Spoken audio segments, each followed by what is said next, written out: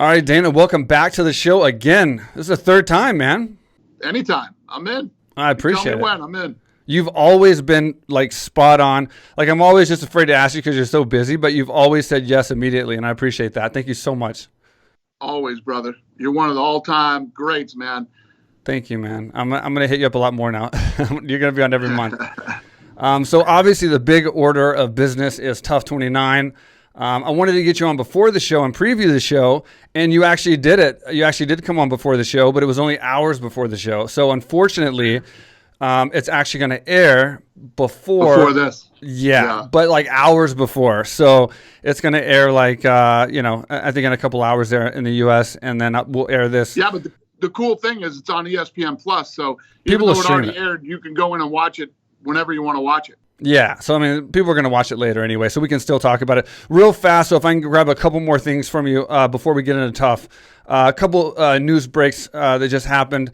Obviously, a big one, the biggest one being Tyron Woodley fighting Jake Paul in boxing. What is your thoughts on that, being a Hall of Famer? Big? Huh? That's big. To me, he's my friend, so it's a big thing. And the thing is like, Jake Paul's fighting a real guy. Tyron's been here. He's hit mitts. The guy can punch. He can strike. You know what I mean? He's a wrestler, but he can strike. I agree. Tyron Woodley has punching power, and obviously he's put a lot of dudes to sleep in his career. Tyron Woodley doesn't look like, the Tyron Woodley of the past that was putting everybody to sleep. He hasn't won a fight in 3 years. He's going to be 40 years old, But I will give it to him. He's at least stepping in there with a guy who can punch. Yeah, I mean, he's fine. I mean, the guy hasn't been tested yet, so hats off to Jake Paul for taking the fight. I mean, that's a hell of a big step. We went from Ben Askren to Tyron Woodley, so hats off to him for doing that. But the funny thing is Jake Paul is actually the favorite on all the betting sites too. Yeah, because it has to do with Woodley's age and his, he hasn't won a fight in 3 years. Yeah, and he hasn't fought he hasn't not only fought a boxer, he hasn't fought a guy that trains in boxing yet. It's unbelievable. He's had 3 fights, and he's such a big name, and he's never fought somebody that actually even just trains in boxing. That's crazy to me. Yeah. But anyway, obviously, that's crazy. And then it's funny because the loyalty, Triller was banking on Jake Paul, and they got to see the loyalty of us fighters because Jake Paul just up and left and went to Showtime. So, so I don't know what's going to happen with Triller. Oscar De La Hoya can't even do a commentary. The guy's, in my opinion, on so much shit he can't even talk. I think it was very evident during that broadcast. So I don't know how he's going to fight. I mean, if he can't even commentate. Yeah, I don't know. Hey, fuck Triller.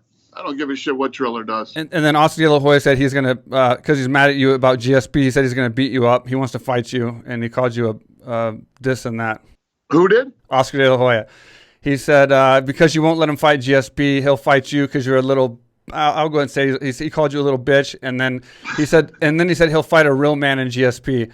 So do you have any comment back to Oscar De La Hoya? Because I know you haven't responded to him yet. Give me a headline, Dana. Give me a headline. Come on, man. He's all jacked up on the yayo. Yeah, did you saw the commentary or highlights of it when he was on Triller? He couldn't even talk. No, I didn't see it. Oh, he was off his rocker. I mean, he was like calling the fighters by different names and like just he was gone. He was gone. I don't know how anybody even takes that guy seriously anymore. And then real quick, I had Matt Serra on the show, your boy. Always a great time. Love Matt Serra. He's so fun. The best. He's the best. And he actually told me that he got into it with Fabia, and then it was on Looking for a Fight. I had to go back and watch the episode. I missed it. I can't believe I missed that episode because I watch your show all the time. And it shows the episode with him and Fabia when he was like, this is the moron or whatever else. And so he talked about that whole situation. And then obviously Fabia's broke up with Diego. It was like a bad relationship. And then just started spilling the beans on Diego, saying he's like on steroids and, obviously all this weird shit that he shouldn't be airing out. Let me tell you this. Diego Sanchez, when he fought for the UFC, which was up until, a few weeks ago, was under USADA, was tested by USADA. Yeah. So for this guy to come out and say, I mean, look at what this guy does. Mr. fucking self-awareness And all he does is comes out and starts fucking, talking shit about people.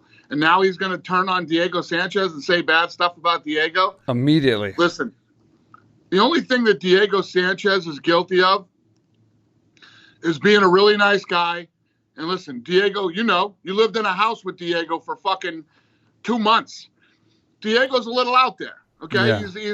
He's not on the same, wavelength as most of us. He's a little out there, but make no mistakes. Diego Sanchez is one of the nicest people you will ever meet. He's a good person. Diego was never, Diego had this whole thing that he couldn't get a hold of me for 2 months. Mike, you just said it. You wanted me on the show. You reach out, and everybody knows. I've made it very clear how I feel about the kids from the first season of The Ultimate Fighter. And that's all of them. I still talk to Bobby Southworth. Me and Bobby text all the time. Me and Josh Koscheck had a falling out a couple years ago, and let's be honest, Koscheck's a dick. Yeah. We all know that, right? That's true. But if Koscheck called me tomorrow and needed me, I would be there for Koscheck, okay? And the list goes on and on. The only thing that Diego is guilty of is being a nice guy, and because he's into some of that shit, whatever that shit is that Fabia dude is into, this whole thing made Diego look bad. But Diego's a good person. I know you said you'd take a call from him, and I've been talking to him as well because I had him on the podcast. I actually had him on the podcast right before all this broke, and then Fabia came in like an hour into the podcast, and I swear on my life, I made a clip on the clip site. It's got a ton of views. For 52 minutes, I didn't say a single word, Dana. I literally stared at like I'm looking at you right now. For 52 minutes, I didn't say a single word. He just talked shit about everything. And like along the lines of like, he even blamed Winklejohn from Jackson Wink of giving his fighters lazy eye because he has lazy eye and he was holding pads for him. I'm telling you, it was beyond crazy. So is it safe to say that one of the big problems with the dispute with Diego and the UFC is from Fabia? I mean, like now that Fabia is gone, is there a chance that we might see Diego again, or would you give him another chance if he comes back to you? Because he cares about you a lot. I mean, I've talked to him, and like he was just mixed up with the wrong guy. That's basically what happened.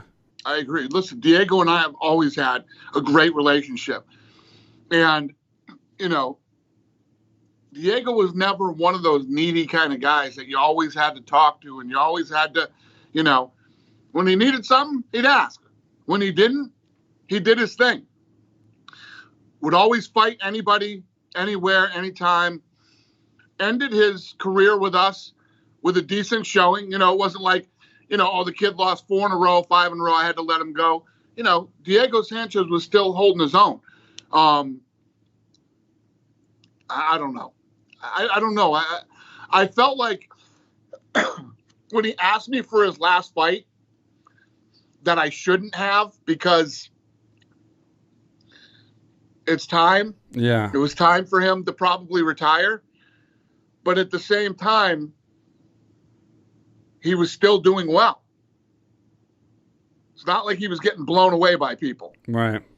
I don't know. That's a tough one for me. But, if Diego needed anything from me, all he's got to do is pick up the phone and call.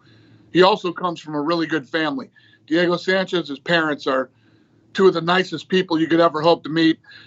Always there for him in the beginning of his career, All right, fellas, you want to help the podcast? Here is your opportunity. You can save 20% now and get free shipping on the best below-the-waist men's grooming products on the market by going to manscaped.com, manscaped.com. Today, use code QUICK. That's my nickname, not how you use the product.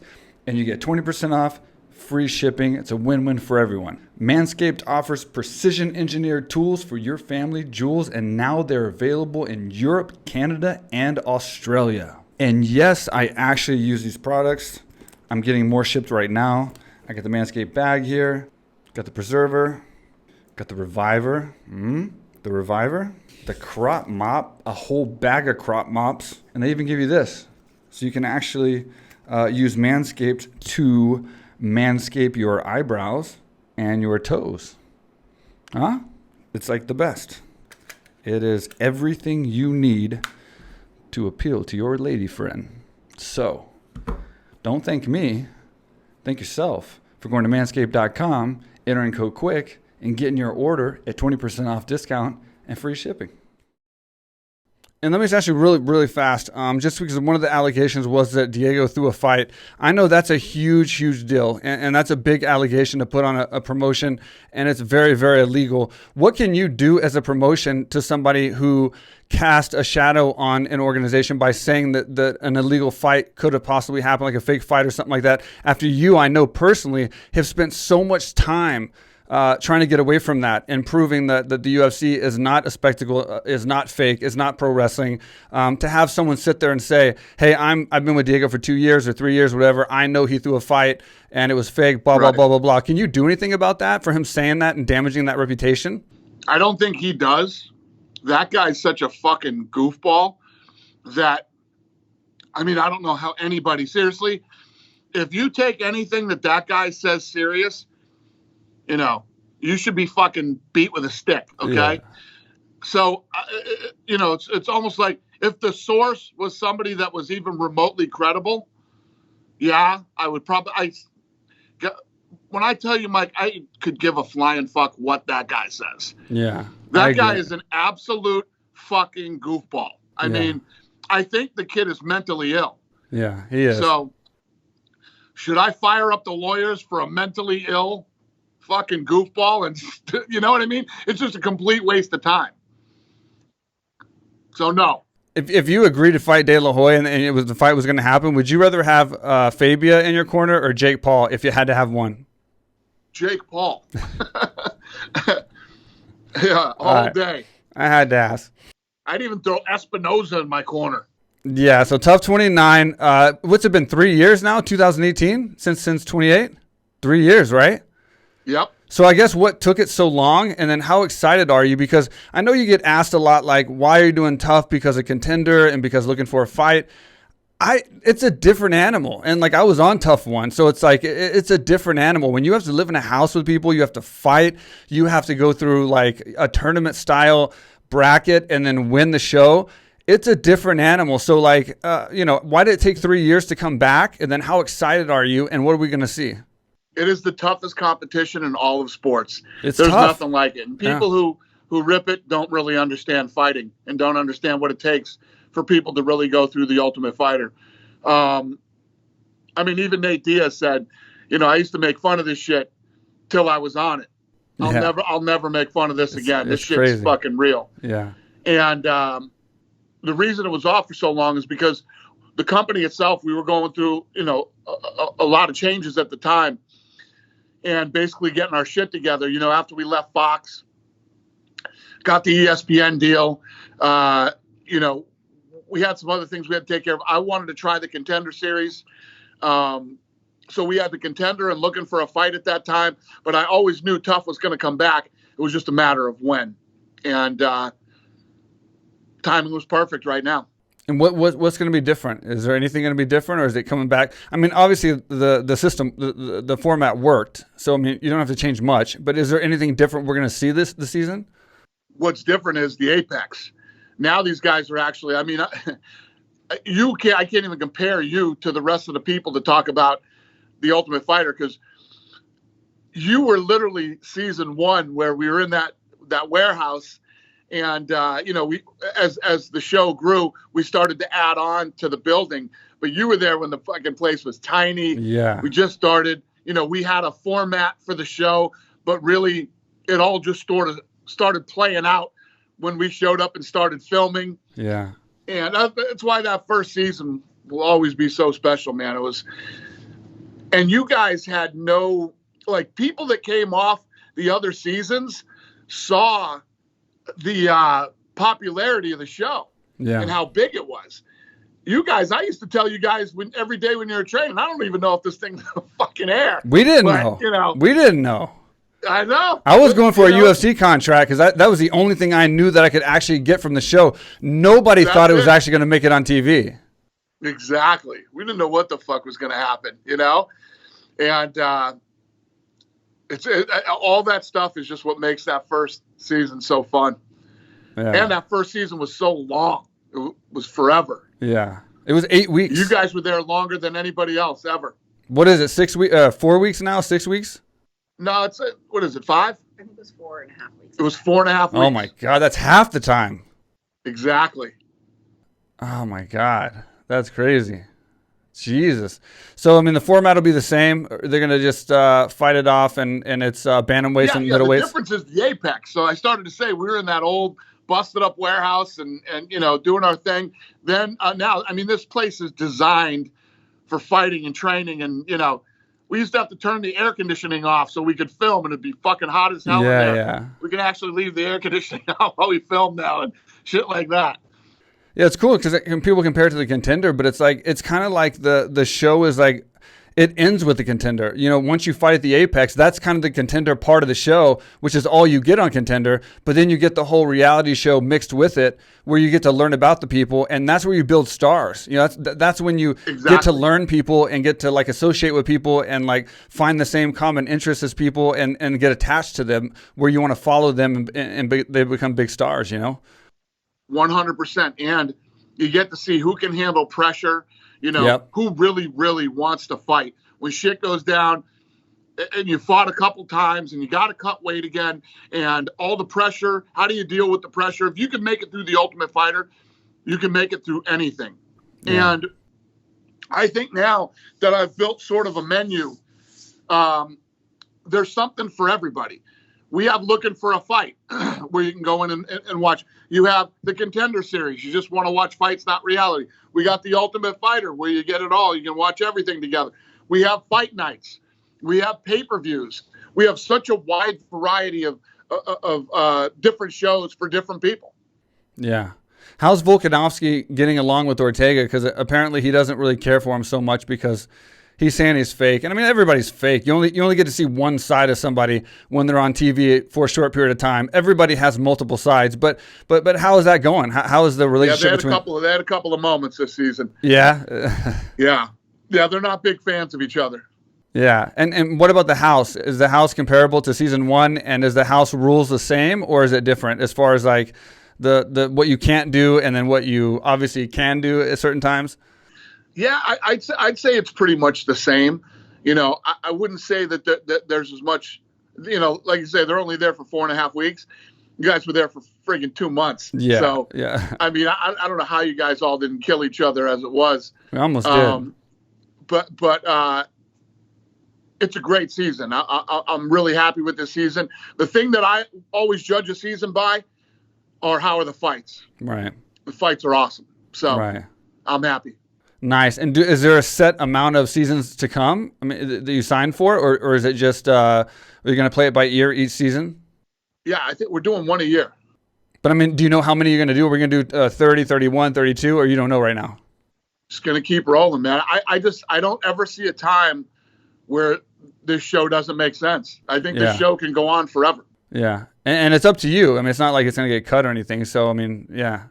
It'll probably end with me. When I'm done, the show will probably be done. And how prestigious are you going to make the winners of the show? Like, obviously, back when I was on season 1, it was a very prestigious thing. You put a lot of marketing, a lot of emphasis on the winners. Oh, yeah. And the Contender winners move on. It's not as big of a deal. Looking for a Fight, not as big of a deal. The winner of this season, the 2 winners of this season, the bantamweight and the middleweight, how prestigious is it going to be for them, and how big are they going to get marketed and boosted and enter the UFC? It's a very good point. Very good point. Because when you win the Ultimate Fighter, people have been tuning in and there's been advertising. And right now, down in the corner on ESPN, the Ultimate Fighter tag is down there all day like there's a fight. So that's going to go on for the next 13 weeks. And you're absolutely right. It builds these guys up big time. And it is much more prestigious to win the Ultimate Fighter than anything else. I mean, other than a world title. And it seems like Usman and Masvidal was going to be a coach, and obviously we know what happened there, but Colby was in the mix as well. Colby would have been an interesting coach. What happened with that? What happened with maybe... We had tons of... As we go into a season, we're looking at tons of different scenarios on who could coach. Amanda Nunes was being looked at as a coach, too. And then you got to start calling these guys and finding out what do they got going on personally and this and that and all this other shit. And then, you know, it all pans out and you end up with, you know, but there's lots of different coaches being kicked around leading up to the show. What's up, everybody? I am here in Thailand. This is the first time I've ever been here. Been dying to come here for years. Mike Swick, he's one of the big reasons he's been trying to pull me down here. What he built down here, AKA Thailand, is incredible. There's people here from all over the world.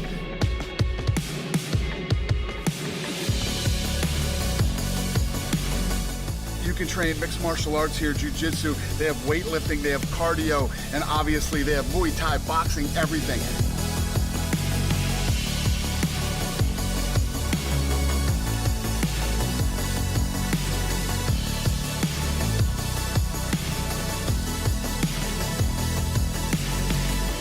I'm telling you guys, I know everybody wants to go to Thailand because Thailand's so cool, but you can't come to Thailand without coming to AKA Thailand. Come on.